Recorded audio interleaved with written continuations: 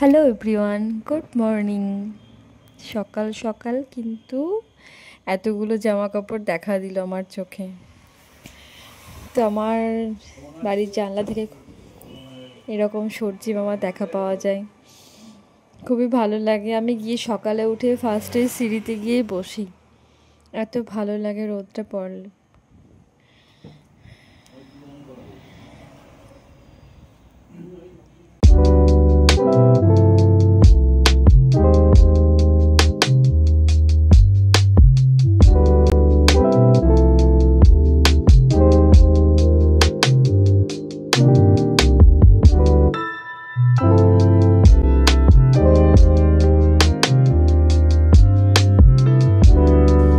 মর্নিংয়ে উঠেই কিন্তু কিচেনে চলে আসলাম। কিচেনে এসেই কিন্তু আমার চোখের সামনে দেখা দিল একটা লাউ, পাশের বাড়ি কাকু কিন্তু দিয়ে গেছে। তো আমার হাজব্যান্ড বলতে সকালে উঠে লাউ দেখলে যা, জানি না কি হয়। আর এটা হচ্ছে আমার বাড়ির গাছের উচ্ছে, শাশুড়ি মা দিয়ে গেছে। তো ভাবছিলাম যে আজকে উচ্ছে দিয়ে কি বানানো যায়।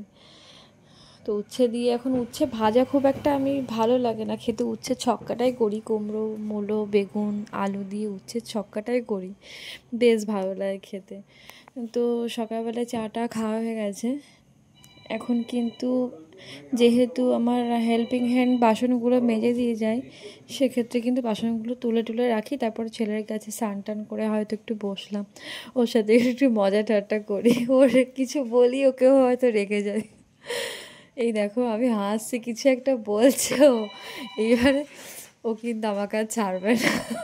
এই মারটা আমি খাবো জানি, মানে এইরকমভাবেও আমাকে জ্বালাবে জানি, কিন্তু তাও ভালো লাগে বাচ্চাদেরকে জ্বালাতে। তো ওর সাথে একটু টাইম কাটাই। আর দেখো জানলা দিয়ে কি মিষ্টি রোদ আমার বিছানা আসে।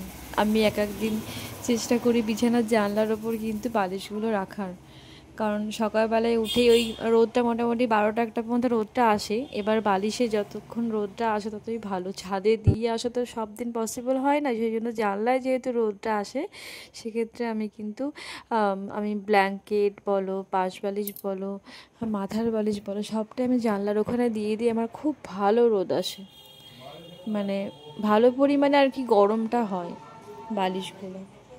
তোকে কিন্তু আমি ড্রয়িং করাচ্ছিলাম, আমার যেহেতু ড্রয়িং ক্লাস আছে সেক্ষেত্রে। আর এই ড্রয়িংয়ের বক্সটা কিন্তু ওর মামা ওকে হ্যাপি বার্থডেতে গিফট করেছে, যেটা ওর কিন্তু খুবই পছন্দ, ইভেন যত্ন করে রেখেও দিয়েছে। বাদবাকি ড্রয়িংয়ের যে কোথায় তার কোনো চিহ্ন নেই, কিন্তু এইটা ওর ফেভারিট মানুষ গিফট করেছে, সেই জন্য হয়তো মামা ওর কাছে খুবই প্রিয়। মাঝে মধ্যে মামার গল্পও করে। যাই হোক, এটা মামা দিয়েছে বলে খুব যত্ন করে রাখেও, এটা আমি দেখেছি। কারণ অনেক অনেক রং পেন্সিলের সেট আমি কিনে দিয়েছি, কিন্তু কোনোটাই এখনো পর্যন্ত মানে কোনোটা স্থায়ী হয়নি, এরকমটা ব্যাপার আর কি। জানি না, সে একটা বলতে চাইছে রিভিউ দেবে, হয়তো যাই কিনবে বলবে মা আমাকে এটা ভিডিও করে দেবে, আমি এটা রিভিউ দেবো। ঠিক আছে তুমি দেবে। তো গুড ইভিনিং সবাইকে বন্ধুরা। এখন সন্ধেবেলায় আমি নিজের জন্য কিছু টাইম কাটাচ্ছি। আমি একটা দেখো কুর্তি পরে নিয়েছি, পরে নিয়ে হয়তো ছেলেকে আনতে যাব, সেই ফাঁকে আমি কিন্তু একটু শর্ট ভিডিও করে নিয়েছিলাম।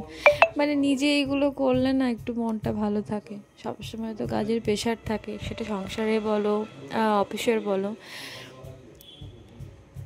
সাজুগুজু কিছুই করিনি, জাস্ট চেঞ্জ করেছি, চেঞ্জ করে কিন্তু নিজে একটুখানি ভিডিও করছিলাম, শর্ট ভিডিও করছিলাম।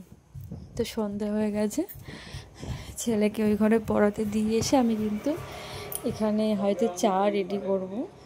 যাই হোক, চাটা রেডি করাই হয়ে গেছে, চা খাচ্ছি আর কি অলরেডি। তো সেই জন্য তোমাদের কাছে আসলাম একবার দেখা দিতে, যেহেতু ক্যামেরাটা অন ছিল। চা খাচ্ছি, আমি কিন্তু চিনি ছাড়া লিকার চা খাই। অনেকে আমাকে বলে কি করে খেতে পারো, অভ্যাস হয়ে গেছে। যার একবার অভ্যাস হয়ে যাবে বন্ধুরা, তার কিন্তু সত্যিই খুব ভালো লাগবে চিনি ছাড়া চা খেতে, ঠিক আছে? আর চিনি ছাড়া চা খেলে দেখবে একটা অম্বল ঢেকুর তো ওঠেই না, ইভেন তোমার শরীরটাও ভালো থাকে। চিনি ছাড়া যদি কেউ চা অভ্যাস করতে পারে, ছোট্ট একটা টিপস শেয়ার করি, সেক্ষেত্রে কিন্তু তার স্কিনে গ্লেজ আসবে, ইভেন তার স্কিনের ডালনেসটা থাকবে না, যদি চিনি ছাড়া চা খেতে পারে।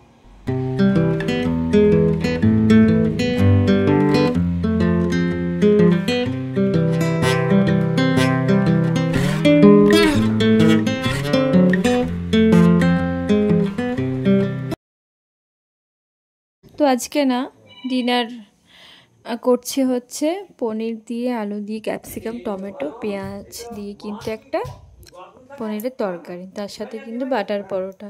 আর দেখো এখানে আমি কিন্তু পরোটা সেঁকতে সেঁকতে আমি কিন্তু একটু গান করে ফেলছি, মানে এটা নিজের মনে ইচ্ছায় যা গান আসে সেই মুহূর্তে একটা কোনো অ্যাক্টিভিটি করি, হয়তো গান করি আপন মনে, ভালো লাগে এটা, নিজের মনকে অন্তত শান্তি পাওয়া যায়, যা মন আসে।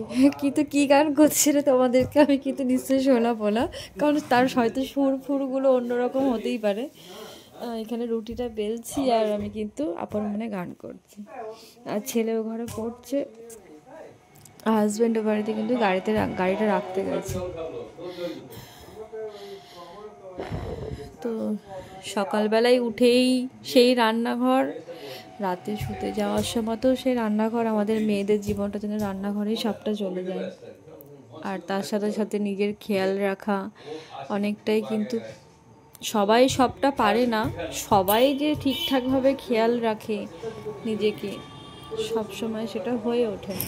হ্যাঁ, তবে একটা কথা স্বীকার করতেই হবে যে আমরা যারা বাড়ির গৃহিণীরা আছি, বা ধরো কারোর সংসারে ধরো একাই সে মহিলা, বা সে সবটাই চায় যে ঘর বাইরে কেউ যদি ওয়ার্কিং ওম্যান হয়, সেক্ষেত্রে কিন্তু তারও তো একটা সংসার আছে না, সেক্ষেত্রে সে কিন্তু অবশ্যই চাইবে যে আমি বাইরেটা যেমন সুন্দরভাবে সাজাচ্ছি, আমার ঘরটাও যেন সুন্দরভাবে সাজানো থাকে। কারণ আমি যতই বাইরে কাজ করি না কেন, কোথাও একটা কোনো মানুষ যদি হট করে আমার ঘরে চলে আসে, সেক্ষেত্রে আমার ঘর যদি এলোমেলো থাকে কিন্তু আমাকেই বলবে যে ঘর গোছানো নেই। অর্থাৎ সবসময় চেষ্টা করি গুছিয়ে রাখার, কিন্তু তার মাঝখানে আমি একটা কথাই বলবো, যারা মেয়েরা আছো তার মাঝখানেও কিন্তু নিজেকে ফিটফাট রাখবে, কারণ তুমি নিজের মধ্যে কিন্তু হারিয়ে ফেলো না, না বলতে শিখতে জানতে হবে। সব সময় যে হ্যাঁ বলে দিলাম দিয়ে আমি আমার অস্তিত্বটাকে পুরোটাই আমি হারিয়ে ফেললাম, আমার নিজের জন্য আমি কোনো টাইম বার করতে পারছি না, সেক্ষেত্রে কিন্তু সেটা করলে হবে না।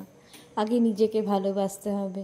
সকালবেলায় চা খেতে খেতে ব্যালকনির সামনে হোক, বারান্দার সামনে হোক, কিংবা জানলার সামনে হোক, নিজেকে টাইম দিতে হবে, নিজেকে এইটুকু বলতে হবে যে আমি কেমন আছি, আমি নিজে কেমন আছি। তো অনেক কিছু বলে ফেললাম। এটা হচ্ছে নেক্সট মর্নিং আমার ছেলের জন্য সিম সেদ্ধ, ডিম সেদ্ধ, ডাল সেদ্ধ, ভাত চাপানো হয়েছে। আজকের মতো ব্লগটা টাটা বন্ধুরা, ভালো থেকো সবাই।